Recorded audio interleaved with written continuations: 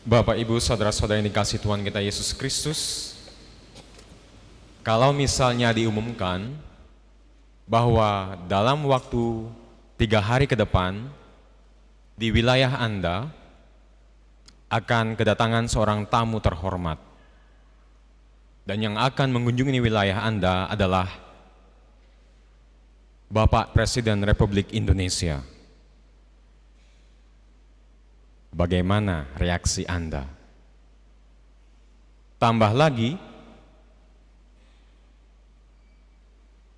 Bapak Presiden akan mengunjungi setiap dari rumah Anda. Wah, pasti semuanya semangat pengen ketemu Pak Jokowi. Ada yang pernah ketemu Pak Jokowi? Pernah, Romo, di TV? Wah, itu enggak.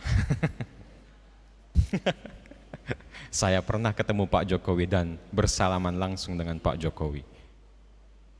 Cepat, beberapa tahun yang lalu, ketika saya ikut menghadiri misa Natal Oikumene di Pontianak sebelum pandemi. Jadi kebetulan Bapak Presiden datang merayakan Natal bersama. Kita tahu stylenya Bapak Presiden, blusukan, ya kan? Tiba-tiba saja datang mengunjungi. Nah, kalau stylenya Bapak Presiden kita seperti itu, dan dipastikan bahwa setiap dari rumah Anda akan dikunjungi, selain reaksi Anda begitu senang, semangat karena bakalan dikunjungi, apa yang pastinya akan Anda lakukan? Anda pastinya akan mempersiapkan rumah Anda masing-masing, ya kan? Kebun dirapiin, tanaman bunga-bunga diperindah, tembok rumah misalnya catnya udah luntur dicat ulang, perabot rumah dirapiin, semuanya disiapin. Supaya ketika nanti Bapak Presiden datang mengunjungi rumah Anda merasa siap, nggak khawatir, karena rumah Anda pantas dikunjungi. Dan biasanya kalau orang nomor 1 di negeri ini datang berkunjung ke suatu daerah, pastinya jalan-jalan disiapin, ya kan? Jalan yang berlubang diratakan, dikasih aspal. Nah, bagaimana misalnya diumumkan bahwa besok akan ada satu lagi tamu yang sangat-sangat terhormat akan datang mengunjungi Anda di rumah Anda masing-masing. Jauh lebih terhormat dari Bapak Presiden kita.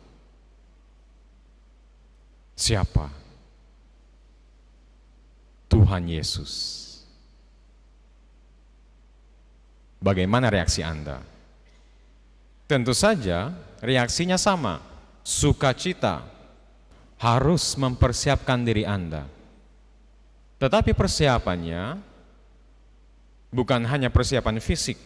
Kita merayakan Natal, pasti rumah kita didekorasi, ya kan, dipasang pohon Natal, pernak-pernik Natal, dihiasi lampu-lampu dan sebagainya. Apakah cukup seperti itu mempersiapkan Natal, merayakan Natal? Tidak.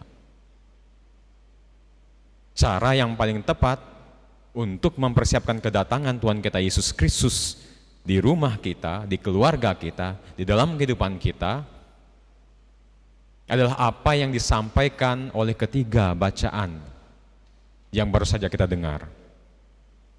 Nabi Yesaya, Santo Petrus, dan dalam bacaan Injil lewat Yohanes Pembaptis, satu pesan, satu seruan yang sama. Cara yang tepat untuk mempersiapkan diri kita akan kedatangan tamu yang paling terhormat, yang datang tetapi memilih untuk tetap tinggal bersama kita. Ini tamunya luar biasa.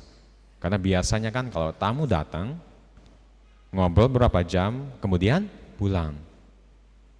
Biasanya kalau tamunya datang, kemudian ngobrolnya lama, habis waktu, terus memilih untuk stay, tinggal begitu lama, wah itu namanya tamunya nggak sopan, ya kan? Mungkin makanannya enak, minumannya enak, tetapi Tuhan Yesus tamu yang beda. Ia datang dan memilih untuk tinggal. Bukan karena Tuhan Yesus adalah seorang yang kita sebut sebagai tamu tak diundang, tetapi justru Tuhan Yesus adalah seorang yang kedatangannya sungguh-sungguh kita nantikan. Dan seruan satu dan sama yang disampaikan dari ketiga bacaan yang kita dengar adalah pertobatan. Cara yang paling tepat untuk menyambut kedatangan Tuhan kita Yesus Kristus adalah pertobatan. Mengapa pertobatan? Kita mendengar Nabi Yesaya menyerukan, siapkanlah jalan di padang gurun, luruskanlah jalan baginya. Kita bertanya-tanya, kenapa di padang gurun harus dipersiapkan jalan?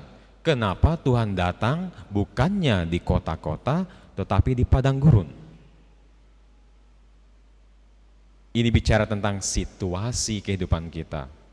Seringkali karena dosa-dosa kita, karena kelemahan kita, kita mengalami pengalaman seperti di padang gurun, kering, tanpa hidup. Begitulah kehidupan kita apabila Allah tidak hadir dalam diri kita. Begitulah situasi kita, seperti jalan yang berliku-liku, yang tidak rata, berlubang. Apabila dosa menghimpit kita dan tidak ada lagi ruang bagi Allah, begitulah kehidupan kita. Dan pertobatan adalah cara bagaimana kita membersihkan diri kita, membuka jalan bagi Tuhan supaya masuk. Apa itu pertobatan? Kita meninggalkan segala kelemahan-kelemahan kita, keberdosaan kita, kelalaian kita, kebiasaan-kebiasaan buruk kita. Dan kita berbalik kembali kepada Allah. Tetapi di sini justru tantangannya, sulit Romo untuk bertobat. Iya, memang sulit. Mengapa? Karena sekali lagi, apabila kita bertobat, kita meninggalkan kebiasaan-kebiasaan lama kita, kebiasaan-kebiasaan buruk kita, dosa-dosa kita, kelalaian kita, kelemahan kita.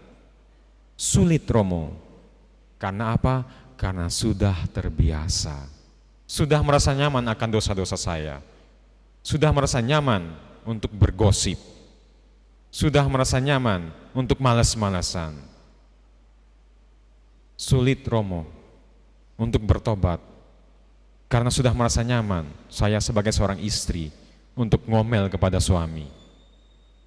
Sulit Romo untuk bertobat karena saya sebagai seorang suami senantiasa marah ke istri. Sulit Romo untuk bertobat saya sebagai seorang anak untuk mengasihi orang tua saya karena saya tidak merasakan kasih di rumah. Sulit karena saya sudah terbiasa untuk terus jatuh dalam kelemahan saya. Tetapi kalau kita melihat pertobatan bukan hanya sebagai suatu cara, momen di mana kita meninggalkan kelemahan-kelemahan kita, melepaskan ikatan-ikatan kita dari kebiasaan-kebiasaan buruk kita, namun juga kembali kepada Allah. Kita melihat perjalanan pertobatan sebagai satu perjalanan yang penuh sukacita. Kita menyadari bahwa kita kembali kepada seorang yang begitu mencintai kita meskipun kita berdosa. Kita lihat ketika Bapak Ibu Anda sekalian masuk dalam gereja ini, Anda melihat Yesus di kayu salib, merentangkan tangannya yang luar biasa, siap untuk merangkul Anda dan mengatakan kepada Anda, jangan takut, kembali kepadaku, aku siap untuk memeluk engkau. apapun kelemahanmu, apapun tangisanmu, apapun problemamu, tumpahkan kepadaku. Menangislah di hadapanku, ceritakan semua masalahmu. Jangan takut. Dan kalau kita kembali kepada jalan untuk berjumpa dengan seorang yang seperti ini, yang begitu mencintai kita, tidak memandang seberapa besar dosa kita, tetapi begitu tulus mencintai kita sampai-sampai ia menumpahkan darahnya di kayu salib. Lewat luka-lukanya ia menyembuhkan luka-luka kita, bukti bahwa cintanya tulus kepada kita. Ia menebus dosa kita meskipun kita adalah pendosa. Bagaimana mungkin kita tidak bersuka cita? Bagaimana mungkin perjalanan pertobatan bukan perjalanan yang penuh sukacita? Ada yang lebih besar dari kelemahanku. Ada yang lebih besar dari dosa-dosaku. Apa itu? Kasih Allah. Kasih Allah. Di saat kita merasa kehilangan, karena saya harus melepaskan dosa-dosaku, kebiasaan-kebiasaan ini. Rasanya ada yang hilang karena sudah terbiasa. Tapi kemudian digantikan oleh yang lebih besar, kasih Allah. Perjalanan pertobatan bukanlah suatu perjalanan yang menyedihkan. Tapi sekali lagi perjalanan pertobatan kembali kepada Allah yang adalah kasih. Menjadi perjalanan yang penuh sukacita menuju kehidupan yang baru. Bapak, Ibu, saudara-saudara yang dikasihi Tuhan kita Yesus Kristus, jangan pernah anggap enteng dosa. Dosa itu efeknya luar biasa. Karena dosa keluarga tercerai-berai. Karena dosa suami dan istri terpisahkan. Karena dosa kita memandang diri kita tidak pantas. Beberapa hari yang lalu saya dihampiri oleh seorang bapak yang mau ngobrol kepada saya, menceritakan tentang pengalamannya. Ia sudah putus asa tentang hidup. Ia sudah hampir menyerah. Ia merasa dan mengakui karena kelemahannya istrinya jatuh sakit. Ia merasa karena dosa-dosanya tidak percaya akan kasih Allah, ia mengalami apa yang sedang ia alami, penderitaan. Dan ia bertanya kepada saya, Romo, apakah mungkin saya bisa diterima oleh Allah? Apakah mungkin saya diampuni oleh Allah dengan segala dosa ini? Dan bapak itu meneteskan air matanya. Seakan-akan hidup saya ini tiada maknanya lagi, Romo. Bagaimana? Apakah masih ada kesempatan untuk saya? Dan saya mengatakan, Bapak, satu hal terakhir yang jangan sampai hilang dalam diri Bapak adalah harapan. Kalau dalam perjalanan kehidupan kita kehilangan harapan, itulah akhir dari segalanya. Bapak, masih ada harapan. Kasih Allah luar biasa. Seringkali kita sendirilah yang lelah untuk meminta pengampunan dari Allah. Kita sendiri yang lelah untuk meminta rahmat pengampunan dari Allah. Karena Allah sendiri tidak pernah lelah untuk mengampuni kita. Karena Allah tidak pernah lelah untuk mengasihi kita. Buktinya sekali lagi, lihat di depan kita.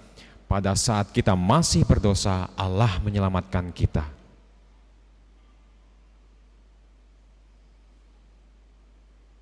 Lihat cerita Santo Paulus. Rahmat pertobatan yang luar biasa. Di saat kita merasa bahwa diri kita tidak pantas untuk diampuni, tidak pantas untuk kembali kepada Allah. Lihat Santo Paulus. Sebelum ia menjadi seorang pengikut Kristus, sebelum ia menjadi seorang rasul dan seorang santo, ia adalah seorang Saulus. Punya masa lalu yang buruk. Ia menganiaya para pengikut Kristus, ia mengejar-ngejar dan menangkap para pengikut Kristus. Dan kita tahu saat di mana pertobatan terjadi kepada Saulus, saat ia sedang dalam perjalanan ke Damaskus, mengejar-ngejar para pengikut Kristus. Dan seringkali pertobatan terjadi, kasih rahmat Allah terjadi, mukjizat besar dalam kehidupan kita terjadi pada saat di mana kita tidak mampu melihat bahwa Allah sungguh-sungguh hadir. Pada saat kita mengalami pengalaman di padang gurun, pada saat keberdosaan kita, lihat apa yang terjadi kepada Saulus. Allah sendiri yang mengetuk pintu hatinya. Bagi kita yang merasa bahwa hati kita ini begitu keras, tidak mampu disentuh oleh Allah, mintalah rahmat pengampunan dari Allah. Biarkanlah jamahan kasih Allah yang menyentuh hati kita, dan berdoalah, Tuhan, ganggu aku ketika aku merasa nyaman akan dosa-dosaku. Ubahlah aku Tuhan, meskipun aku tidak siap. Dan apabila orang-orang yang kita doakan, orang-orang yang kita cintai, sanak saudara kita, teman-teman kita, mengalami kesulitan untuk pertobatan, jauh dari Allah, kita bisa belajar dari Santa Monica. Santa Monica berdoa untuk pertobatan anaknya, Agustinus. Seberapa lama? 17 tahun. Dan satu permintaan dari Santa Monica, satu doa dari Santa Monica. Apa? Supaya Agustinus boleh bertobat, menjadi baik lagi, menjadi seorang Katolik yang sejati. Tapi lihat bagaimana kuasa doa. Ketika Santa Monica memohon pertobatan kepada anaknya, ketika Anda Bapak Ibu memohon rahmat pertobatan kepada orang yang Anda kenal, yang mengalami pergumulan, sulit untuk bertobat, begitu keras hatinya. Lihat apa yang terjadi kepada Agustinus. Yang diminta oleh Santa Monica hanya satu, pertobatan. Tetapi rahmat Allah luar biasa. Yang terjadi kepada Agustinus apa? Ia tidak hanya menjadi seorang Katolik, ia menjadi seorang imam. Tidak hanya seorang imam, ia menjadi seorang uskup. Tidak hanya seorang uskup, ia menjadi seorang pujangga gereja, dokter gereja. Dan tidak hanya sebagai seorang pujangga gereja, ia menjadi seorang santo. Kuasa doa luar biasa. Dan saat ini, marilah kita menyerahkan diri kita kepada Allah, kepada Kristus. Buka hati kita, biarkanlah rahmat Kristus, kasih Kristus yang memampukan kita. Karena kasih Allah lebih besar dari dosa-dosa kita. Karena kasih Allah mampu menarik kita dari kejatuhan kita untuk bangkit kembali kepadanya.